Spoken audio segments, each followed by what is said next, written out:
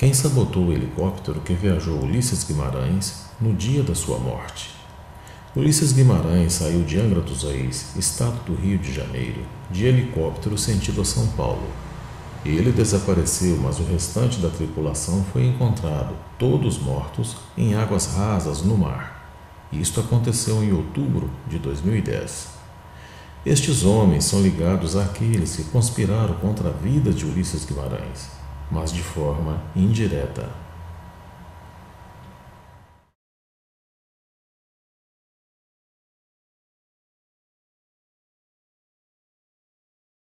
Já este aqui tinha ligação direta com os conspiradores, aqueles que queriam ver Ulisses Guimarães fora de ação. O da direita foi quem contratou o do meio, e isto se observa pela tonalidade das cores e a posição de cada um dentro do orbis. A cor vermelha significa comando, e a verde, obediência e passividade. Já neste outro orbis mostra os sabotadores. Este e este foram os sabotadores do manche do helicóptero. Este outro jovem, atento, deu cobertura enquanto o crime era executado. O que fizeram com esse manche só mesmo os peritos que analisaram os destroços do helicóptero saberiam dizer. Enquanto mostro os outros orbes que aparecem neste trabalho, vou explicar. Neste trabalho fiz uma sequência de 3 fotos, mas foi o suficiente para entender a trama assassina. No manche pode ter sido colocado um receptor de míssil ou então explosivos que foram acionados por controle remoto por uma aeronave que veio por cima.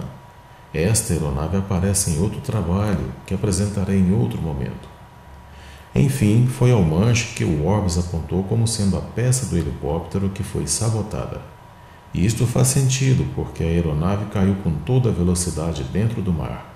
A explosão pode não só ter deixado o helicóptero desgovernado, mas provocou danos físicos e desorientação ao piloto e à tripulação.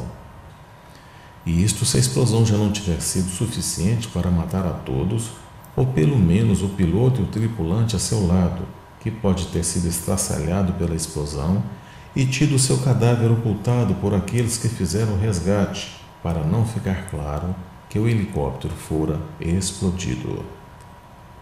A perícia concluiu que a aeronave fora atingida por um raio, fenômeno raríssimo na aviação, porque chovia tempestuosamente no momento. Tanto que encontraram o piloto Jorge Comerato com o rosto queimado, mas o Orbis mostra que não foi pela ação de um raio que o rosto dele foi queimado, mas sim por explosivos. Porque tudo será revelado.